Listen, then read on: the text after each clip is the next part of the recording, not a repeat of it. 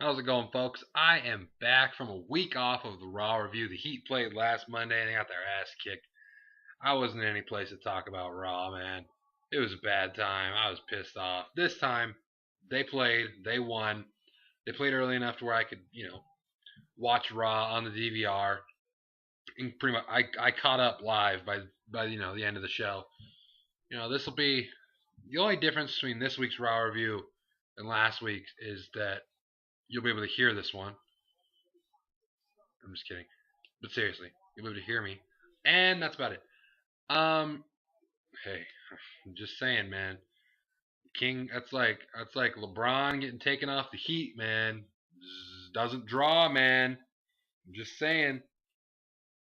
Colby, me and Colby, man.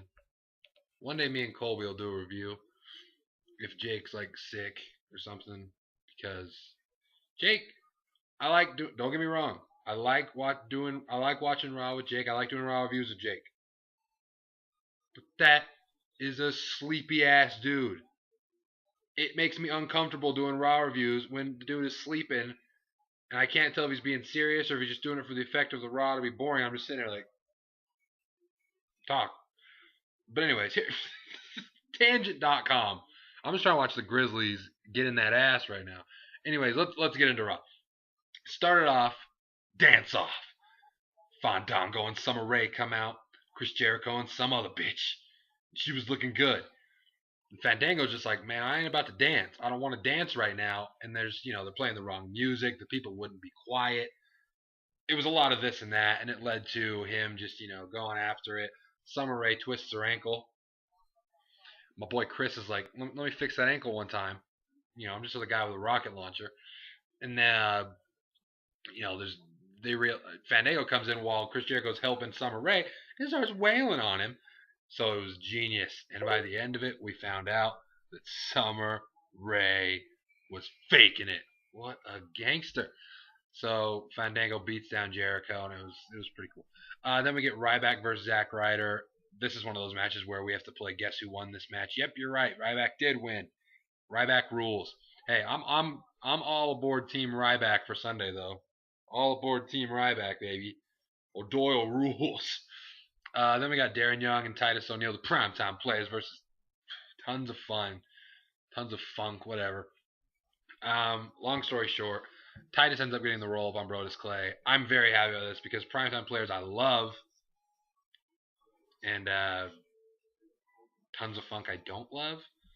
Darren Young says, I got a hair pick boy. Yeah, so anyways, we get Teddy Long coming out to make an announcement about the World Heavyweight title, and I figured it was going to be about Ziggler, and it was. I was like, oh crap, they're going to take the title from him, whatever.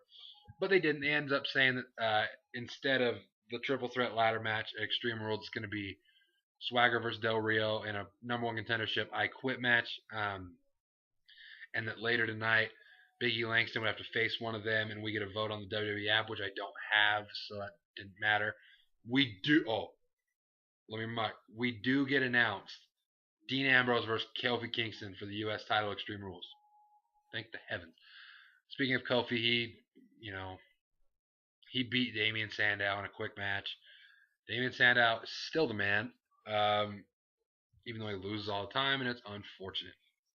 Then we had a segment where Mark Henry is out there talking about his strap match with Sheamus, and he's pretty much explaining how a strap match works. And he ends up strapping himself to Josh Matthews and drags Josh Matthews' ass all the way around. And of course, Sheamus comes out, I've never backed down from a fight. Sheamus has another strap waiting. He gets it. Starts slapping each other with it, and Mark Henry gets to end up thrown outside of the ring. Whatever. Cesaro versus Orton. I love Randy Orton, but you know how this ends. Back and forth, Cesaro's like, oh, I'm going to do a submission. Orton says, no, no, no, no, no. Clothesline twice. Power slam. DDT. RKO. Was it out of somewhere? Absolutely not. Out of nowhere. Randy Orton wins this match. Then we got 3MB in the ring, but it says that Heath Slater's the guy having the match here. The Miz comes out to a monstrous pop. He didn't. But we get, Miz versus Heath Slater. We all know this is going to go. But Miz won. But we do get announced that Miz will face Cody Rhodes in the Extreme Rules pre-show match, aka two of my former Fave 5 going at it on the pre-show. Get out of my life. And then we had, I think it was, I think it was the 2-hour main event, was 6-man elimination, Cena and Hell No against the Shield. This match went a long time, and I really enjoyed it. I was like, wow, this is actually a match on a Raw that I want to watch, because I genuinely did not know what was going to happen. Although I did predict at the beginning of the match that it was going to come down to Cena on 3, and Cena was going to win. I was semi-right and semi-wrong. Thank the heavens. So, it was this match went a long time before anyone got eliminated, which was good. And when the first elimination did happen, ended up being Kane. He just went too crazy. He was getting DQ'd and all this stuff, and he went way too crazy. So he got disqualified. The next elimination came. Daniel Bryan got double teamed by Rollins and Ambrose, I believe. Ambrose ended up hit his finisher. And then it came down to Cena on 3, and I said, where have we seen this before? Holy shit. And I was prepared myself for the worst. And it was there. So he goes, and who do you eliminate first? He eliminates Rollins first. Rollins took an AA. Roman Reigns ends up getting disqualified because he pushed the ref and went and speared Cena. And then Cena gets Ambrose in the STF a la fucking Team WWE versus the Nexus type stupid shit. And then luckily the Shield, 2 guys come in and break it up before Ambrose taps out. So Cena still ended up winning the 3-on-1 thing, but everything that we've ever learned about Cena, I was literally expecting Ambrose to tap out, and I'm like, please, no. So luckily that didn't happen. Thank goodness. But then Ryback comes out, and he comes out and he says, I'm gonna stand over Cena as the fans don't like me very much. And then he acts like he's gonna leave. He comes back. He says, here's a chair. I'm gonna smack it on your ankle. And Cena's and Ryback says, listen, Ryback rules. By default, Ryback's my man. ABC, anybody but Cena. Let's go Ryback. And then Ryback's backstage, and Ryback basically says, I don't want to play by the rules because I'm extreme, flexes and shit. And he goes, he breathes so damn hard. And then we got Big E Langston versus Jack Swagger because Jack Swagger won the vote because he's a gangster. Jack Swagger won this match by count out because no one gives a shit. Alberto Del Rio ends up coming out, and Swagger says, I will fight you off.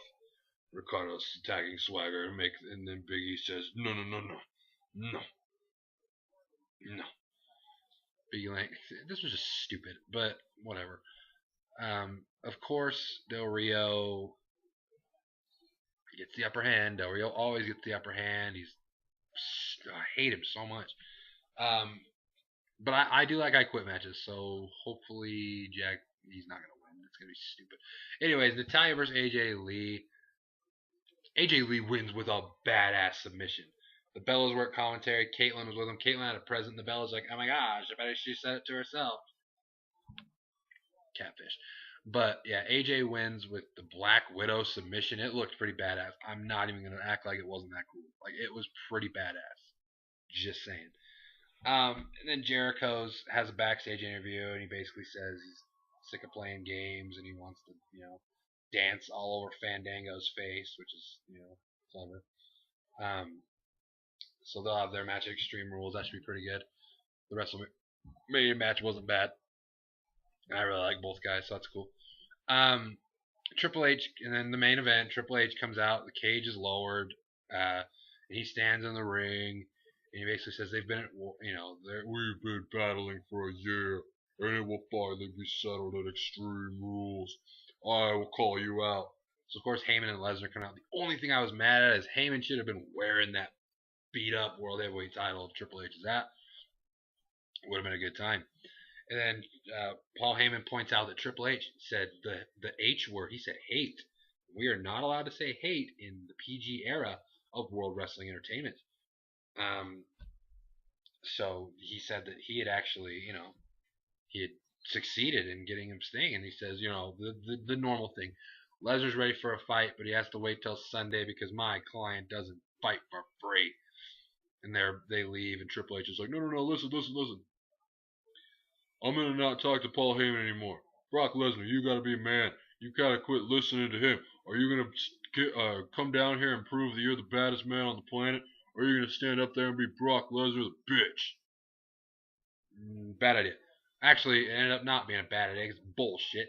Brock Lesnar ends up, walking to the cage. Refs are trying to stop him, and Heyman's trying to talk him out of it. Lesnar gets in there.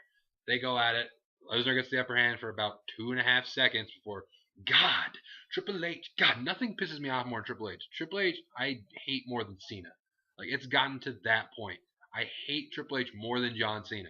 John Cena versus Triple H, I am 100% Team John Cena if that ever happened. But, oh, it pisses me off. This is normally the thing where the face calls out and then he bites off more than he can chew. Brock Lesnar gets the upper hand. Of course not. Triple H beats the shit out of him. He's throwing him into the cage. He throws him into the cage door and he flies out with Heyman. And then Lesnar stands up like, oh yeah, well, that's fine. I'm just got my ass kicked, so I'm gonna leave. And they act like that's totally fine. Triple H is fucking monkeying on the front door, like, you want to get back in here? You want to get in here? Like Brock Lesnar's like, hell no, I don't want to get back in there. We know how this shit got booked. You whoop my ass. I'm getting sick and tired of this shit. But Christ, I don't know if you can tell, but I don't get pissed off. I was like, God damn you, Triple H. Hopefully this means that Brock Lesnar's going over at the pay-per-view. Please God. But oh my hell, Triple H, I hate you so much. He pisses me off more than Cena. Just makes no goddamn. Look at The Rock on TV for his commercial.